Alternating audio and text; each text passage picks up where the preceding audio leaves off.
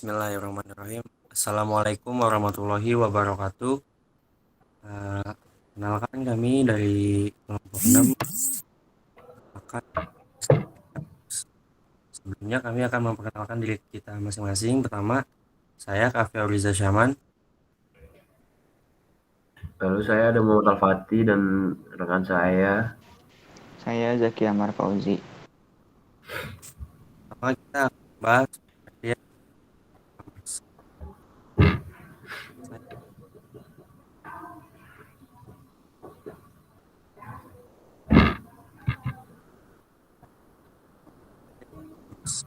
Saya eh, elektronik merupakan bisnis pembeli kemudian jual laporan produk, jasa, serta data lewat komersial bagian dari bisnis, di mana cakupan bisnis lebih luas. Dia cuma hanya peniagaan, namun mencakup pula kolaborasi antara bisnis, layanan nasabah, dan lain-lain. Nama singkatan dari Electronic Commerce System pun dengan media. Sini berisikan distribusi, penjualan, pembelian, dan marketing serta servis dari suatu produk yang dicoba dalam suatu sistem elektronika semacam internet ataupun wujud jaringan PC yang lain. Next. Selanjutnya adalah landasan syariah e-commerce. Dalam ekonomi syariah, jual beli dengan e-commerce diperbolehkan. Jual beli dengan bentuk e-commerce harus memenuhi rukun dan syarat yang berlaku dalam jual beli secara syariah. Apabila rukun dan syarat terpenuhi, maka e-commerce sah sebagai sebuah transaksi yang mengikat. Disebutkan dalam Al-Quran, apabila sholat telah dilaksanakan, maka bertebaranlah kamu di bumi. Carilah karunia Allah dan ingatlah Allah banyak-banyak agar kamu beruntung. Quran Surat Al-Jumu'ah ayat 10. Dalam Islam terdapat beberapa akad tentang transaksi jual beli, seperti bai as-salam, bai al-istisna, bai muajjal. Berikut penjelasannya. Pertama, ada bai as-salam, merupakan suatu perjanjian jual beli dengan pembayaran lunas di muka, sedangkan barang dikirimkan kemudian.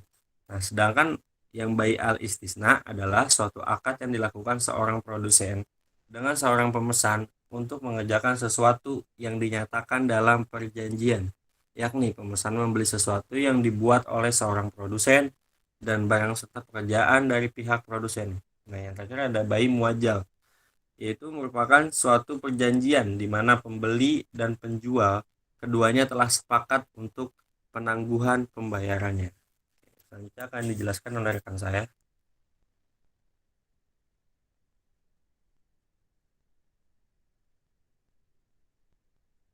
Lalu selanjutnya ada jenis-jenis e-commerce. Yang pertama ada business to customer.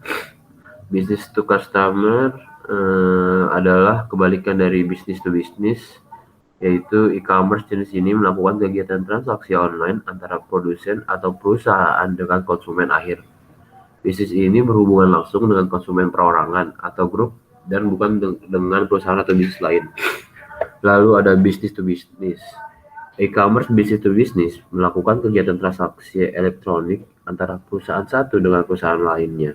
E-commerce jenis ini umumnya digunakan oleh produsen dan grosir atau grosir dan pengecer. Lalu ada customer to customer. Customer to customer biasanya transaksi barang atau jasa yang dilakukan dari konsumen ke konsumen. Ada dua model jenis bisnis customer to customer, yaitu marketplace dan classified. Tipe marketplace yaitu konsumen yang membutuhkan suatu platform sebagai wadah untuk menawarkan produk dan jasanya. Lalu ada government to customer, merupakan hubungan atau interaksi antara pemerintah dan masyarakat. Masyarakat yang merupakan konsumen dapat dengan mudah menjangkau pemerintah sehingga kemudahan dan kebutuhan sehari-hari. Lalu yang kelima ada business to government, merupakan turunan dari business to business, namun proses ini terjadi antara pelaku bisnis dengan instansi pemerintah. Lalu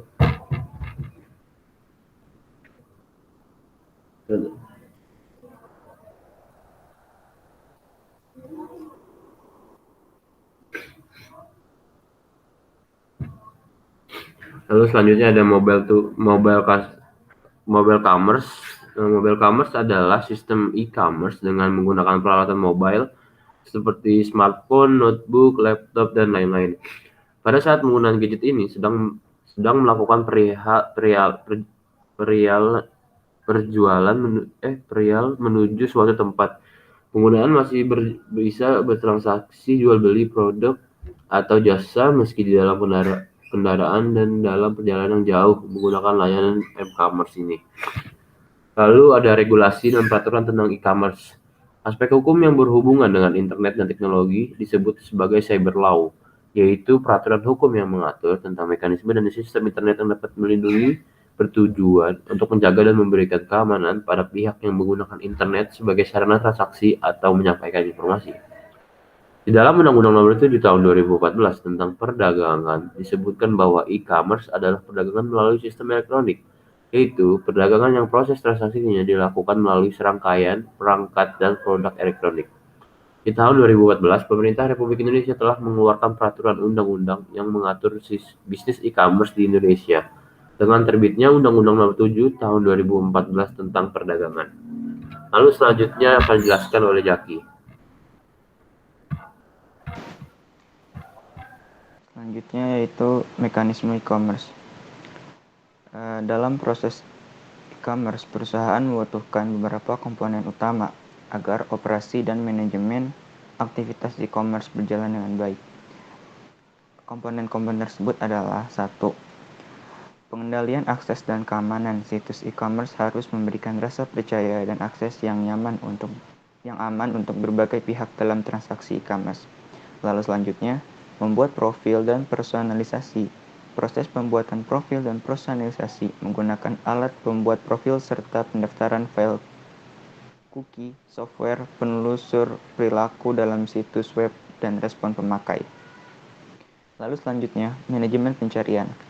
Software e-commerce harus meliputi komponen mesin pencari situs web untuk membantu para pelanggan dalam menemukan produk dan jasa tertentu yang mereka inginkan untuk dilihat dan dibeli. Lalu, manajemen isi dan katalog.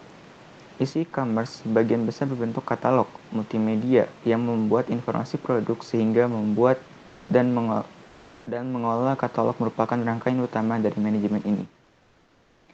Lalu selanjutnya, manajemen arus kerja.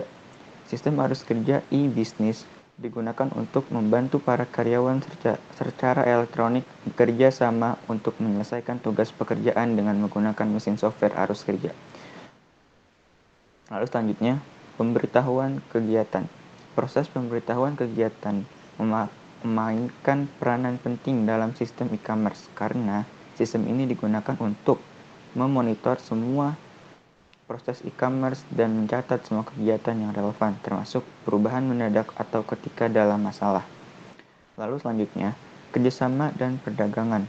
Tujuan utama e-commerce adalah untuk mendukung kesepakatan kerjasama dan layanan perdagangan yang dibutuhkan oleh para pelanggan, pemasok, dan stakeholder lainnya. Lalu selanjutnya, proses pembayaran elektronik. Pembayaran sebagai proses nyata dan penting dalam transaksi e-commerce.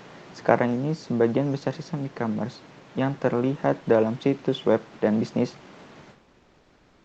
menggunakan proses pembayarannya dengan kartu kredit. Manfaat e-commerce. Manfaat yang dialami perusahaan eksklusifnya untuk kepentingan pelanggan memperlihatkan kalau e-commerce bisa membagikan manfaat antara lain. 1. Memperoleh pelanggan baru. Riset yang mengatakan kalau manfaat pemakaian e-commerce dalam bisnis merupakan memperoleh pelanggan baru, lalu menarik konsumen untuk senantiasa bertahan. Selanjutnya, tingkatkan kualitas layanan. Dengan terdapatnya e-commerce memungkinkan perusahaan bisa tingkatkan layanan dengan melaksanakan interaksi yang lebih personal. Lalu selanjutnya, melayani konsumen tanpa batas waktu. Next.